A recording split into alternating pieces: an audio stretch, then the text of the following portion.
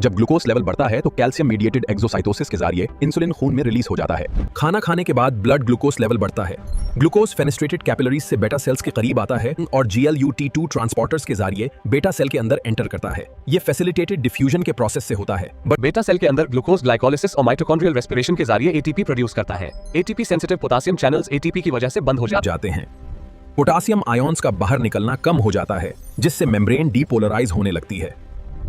जब membrane depolarise होती है तो वोल्टेज गेटेड कैल्शियम चैनल्स खुल जाते हैं। कैल्शियम आयंस बेटा सेल अंदर तेजी से एंटर करते हैं। कैल्शियम सिग्नलिंग इंसुलिन ग्रैन्यूल्स को एक्टिवेट करता है और उन्हें मेम्ब्रेन की तरफ मूव करवाता है।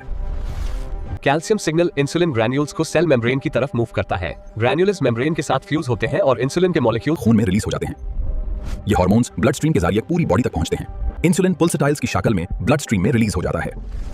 से कार्निवो हो जाती है। इंसुलिन ब्लड स्ट्रीम के जरिए टारगेट सेल्स तक पहुंचता है और इंसुलिन रिसेप्टर के अल्फा सब यूनिट से बाइंड करता है। इस बाइंडिंग से रिसेप्टर टायरोसिन किनेस एक्टिवेट होता है और इंट्रासेल्युलर फॉस्फोरिलेशन शुरू हो जाती है। Activated insulin receptor IRS proteins को फॉस्फोरिलेट करता है।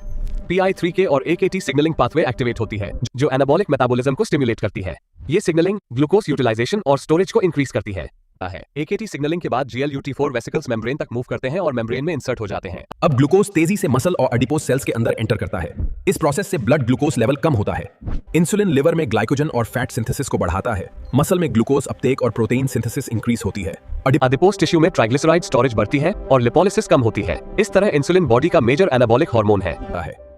इंसुलिन ग्लाइकोजेनेसिस के प्रोसेस के जरिए लिवर में ग्लूकोज को ग्लाइकोजन की फॉर्म में स्टोर करवाता है। ग्लूकोनेओजेनेसिस यानी दूसरे सोर्सेज से ग्लूकोज बनाने को रोकता है और लिपोजेनेसिस यानी ग्लूकोज को ट्राइग्लिसराइड्स में कन्वर्ट करने के अमाल को स्टिम्युलेट करता है।